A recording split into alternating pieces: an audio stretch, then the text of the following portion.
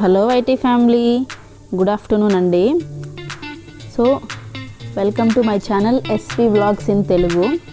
So ఈరోజు నేను already thumbnail చూసి అందరికీ అర్థమైపోయి ఉంటుంది. సో వరలక్ష్మి వ్రతం రోజు నేను ఈ వ్లాగ్ షూట్ చేస్తున్నాను. సో నేను పూజకి ఏమేమి కొనుక్కున్నాను, ఏమేమి వస్తువులు తీసుకుంటున్నాను, ఎలా చేస్తున్నాను, ఏ విధంగా డెకరేట్ చేశాను అనేది కూడా నేను ఈ వ్లాగ్లో షేర్ చేసుకుంటాను.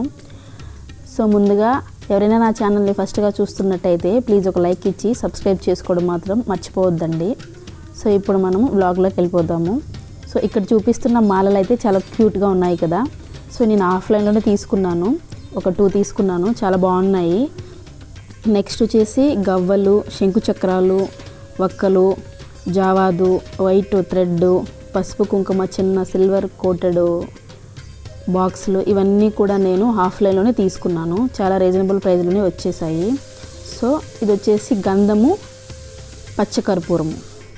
నెక్స్ట్ ఇవి మనం వాయనాలు ఇస్తాం కదా, వాయనాలు ఇవ్వడము కోసం అనేసి నేను జాకెట్ ముక్క, గాజులు, పసుపు తాడు, ఇవన్నీ కూడా పసుపు కుంకుమ ఇందులో పెట్టి ఇద్దామనేసి నేను తీసుకున్నాను, కొంచెం రీజనబుల్గా పడింటే. నెక్స్ట్ ఇది వచ్చేసి నేను పోయినసారి తీసుకున్న అమ్మవారు ఫేసు. ఈ పాత్రలన్నీ కూడా మనకి రెప్లికానే. సో ఒక 9 తీసుకున్నాను, 9 ప్రసాదాలు పెట్టడానికి. ఇది వచ్చేసి ఫ్లిప్కార్ట్లో తీసుకున్నాను ఈ ప్లేట్ అయితే. సో చాలా బాగా వచ్చింది, జర్మన్ సిల్వరు. సో ఈ సేమ్ ఈ చెంబు కూడా నేను కలశం చెంబు జర్మన్ సిల్వర్లో తీసుకున్నాను. 2000 అలా పడింది నాకు. నెక్స్ట్ అమ్మవారి రూప్ వచ్చేసి నేను మీషోలో 799 రూపీస్కి పడింది. ఇది కూడా నేను 2 ఇయర్స్ బ్యాక్ తీసుకున్నాను. దీని రెస్పాన్స్ అయితే మామూలుగా లేదు, చాలా బాగా వచ్చింది. నేను షార్ట్ అప్లోడ్ చేశాను. సో నెక్స్ట్ వచ్చేసి నేను చిట్టి గాజులు, అమ్మవారికి చాలా ఇష్టం కదా.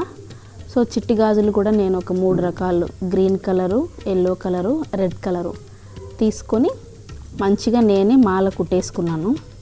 సో ఒక 2 మాలల వరకు నేను పోగేసుకున్నాను. ఒక మాల వచ్చేసి అమ్మవారికి వేశాను, ఇంకొక మాల వచ్చేసి కలశానికి వేశాను. సో ఈ మాల కుట్టడం కూడా నేను కొన్ని వీడియోస్ చూసి నేర్చుకున్నాను, అంతవరకు నాకు తెలీదు. సో దీని ప్రాసెస్ అయితే చాలా ఈజీ. మనం పట్టుకునే గాజులు గట్టిగా పట్టుకొని ముడులు వేసుకుంటూ వెళ్ళడమే, అందులోనే ఉంటుంది మొత్తం కూడా. సో చాలా ఈజీ, అర్థమైతే కూడా. నాకైతే చాలా బాగా వచ్చేసాయి. ఫస్ట్ టైం అల్లడం నేను స్టార్ట్ చేశాను. సో నాకైతే 2 మాలలు అయితే రెడీ అయిపోయాయి. నెక్స్ట్ వచ్చేసి అమ్మవారు.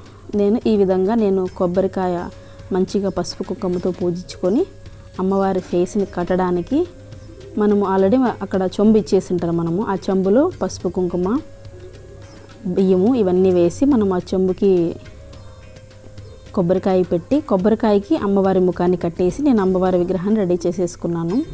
నెక్స్ట్ ఇక్కడ చిన్న అమ్మవారు వెండి విగ్రహం, చిన్న పీఠం కూడా కొనుక్కున్నాను. దీనికి చాలా బాగా వచ్చింది పీఠం అయితే. ఎలిఫెంట్స్, అటు ఇటు వెండి ఎలిఫెంట్స్. సో మధ్యలో వినాయకుడు, గోపాలకృష్ణుడు, సో గోవు, దూడ, ఇది కూడా తీసుకున్నాను నేను. సో నేను చిన్న విగ్రహాన్ని ఈ విధంగా డెకరేషన్ చేసుకున్నాను. సో నేను తీసుకున్న గవ్వలు, శంకు చక్రాలు, చిట్టి గాజులు, గురిగింజలు ఇవన్నీ కూడా నేను ఈ విధంగా చుట్టూ 9 ఐటమ్స్ అన్నీ కూడా ఇలా పేర్ చేసుకున్నాను. నెక్స్ట్ కలశం డెకరేషన్ అయితే ఈ విధంగా చేసుకున్నాను. సో కలశానికి ఆల్రెడీ చిట్టి గాజులు మాల వేసేసాను. ఈ విధంగా నేను డెకరేట్ చేసుకొని నీట్గా సెట్ చేసేసుకున్నాను ఈజీగా. నెక్స్ట్ వచ్చేసి అమ్మవారికి కూడా నేను ఒక కాసు, చిట్టి గాజులు, నెక్స్ట్ పువ్వులు ఈ విధంగా అలంకరణ చేసుకున్నాను. ఇంకోటి ఏంటంటే నేను కలశానికి కూడా కాసు కట్టాను. సింపుల్గా నేను అమ్మవారిని ఈ విధంగా డెకరేట్ చేసేసుకున్నానండి. చాలా ఈజీ ప్రాసెస్గా అయిపోయింది.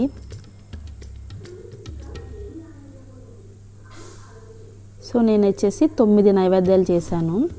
చక్కెర పొంగలి, వడపప్పు, శనగలు ఇవన్నీ కూడా చేసి వాయనం ఇవ్వడానికి ఈ విధంగా నేను డెకరేషన్ చేసుకున్నాను. అంతేనండి. ఇవి